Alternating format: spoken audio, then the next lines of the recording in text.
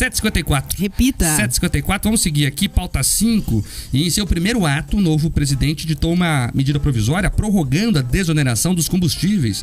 Um decreto que muda a política de controle de armas e um despacho sobre sigilos impostos pelo governo Bolsonaro. Foram 3 medidas provisórias, 6 decretos e 4 despachos. Medidas provisórias têm força de lei, assim que são publicadas no Diário Oficial da União.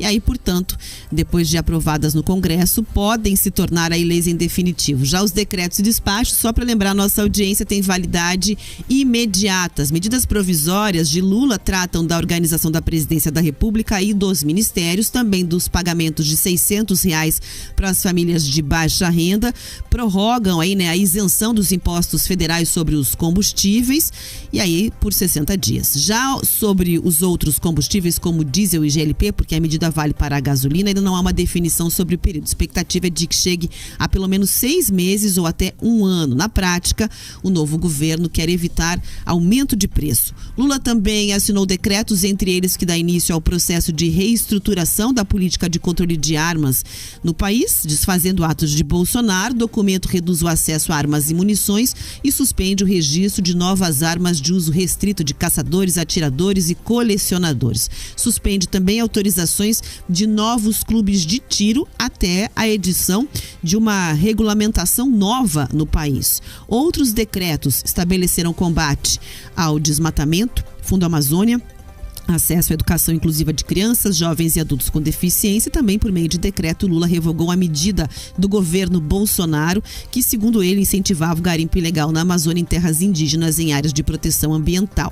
O novo presidente também assinou um despacho determinando que a Controladoria Geral da União reavalie no prazo de 30 dias decisões de Jair Bolsonaro que colocaram aí sigilos, alguns de 100 anos, sobre documentos e informações da administração pública. Os mais despachos determinaram aos ministros o envio de propostas para retirar do processo de privatização Petrobras e Correios, entre outras empresas públicas. A Secretaria-Geral da Presidência, a elaboração também de uma proposta de recriação do programa Procatadores, e ao Ministério do Meio Ambiente a criação de uma proposta para regulamentar o Conselho Nacional do Meio Ambiente. Marque. Tá, e portanto, rapidamente aqui, primeiro o seguinte, o Lula assinou esse decreto aí impedindo algum acesso a armamento e trouxe ali dados falsos. Disse que o acesso às armas aumentará a violência. Isso é mentira.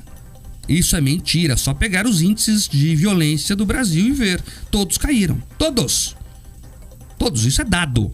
O pessoal que gosta da ciência aí tem que gostar dos dados científicos. Então as pesquisas mostram que a violência caiu nos últimos anos no Brasil. E mais, agora no Brasil ficou mais fácil ter uma arma ilícita do que uma lícita. Então você dificulta a vida de quem quer ter uma arma legal e facilita quem quer ter uma arma ilegal. Eu não vi nenhuma medida para tirar a arma de traficante.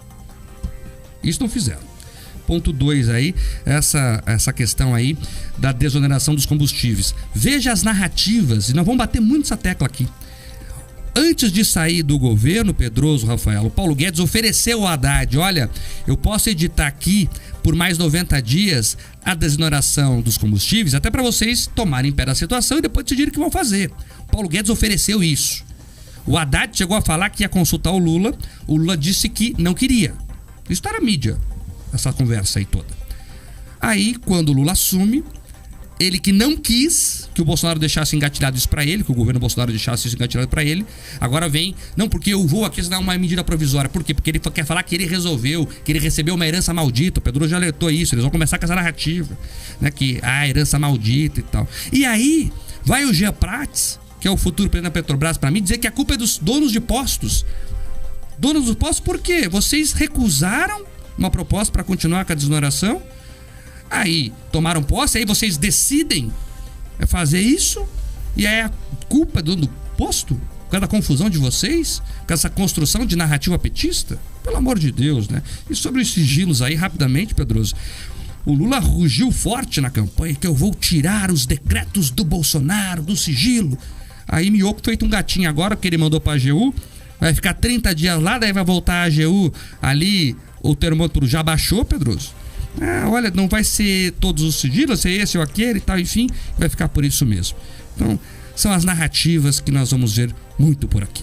Olha, a realidade descolada do discurso. Eu só vou fazer 2 pontos. O primeiro deles em relação aos combustíveis. Marca é o seguinte, ele fala em previsibilidade, o ministro da Fazenda falou uma coisa, ele foi lá e anunciou outra. Desmoralizou o ministro da Fazenda. Então assim, você não tem previsibilidade, então os mercados estão preocupados com isso, porque um dá um sinal, o outro faz completamente diferente disso.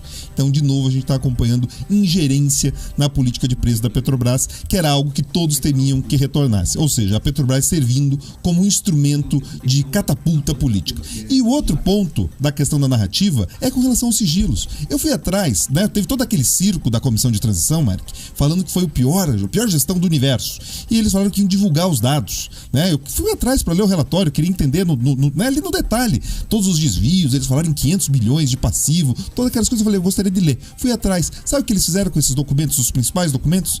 Decretaram sigilo. Fizeram as pessoas que participaram da comissão, inclusive, assinar termos que elas não poderiam divulgar os dados. Divulgaram ali um relatório de 100 páginas que não tinha nada com nada, ligavam nada com lugar nenhum. Ou seja, o discurso, de novo, descolado da prática. Eles falam contra o sigilo, mas quando é com eles, Mark, tá tudo bem sigiloso e bem guardadinho.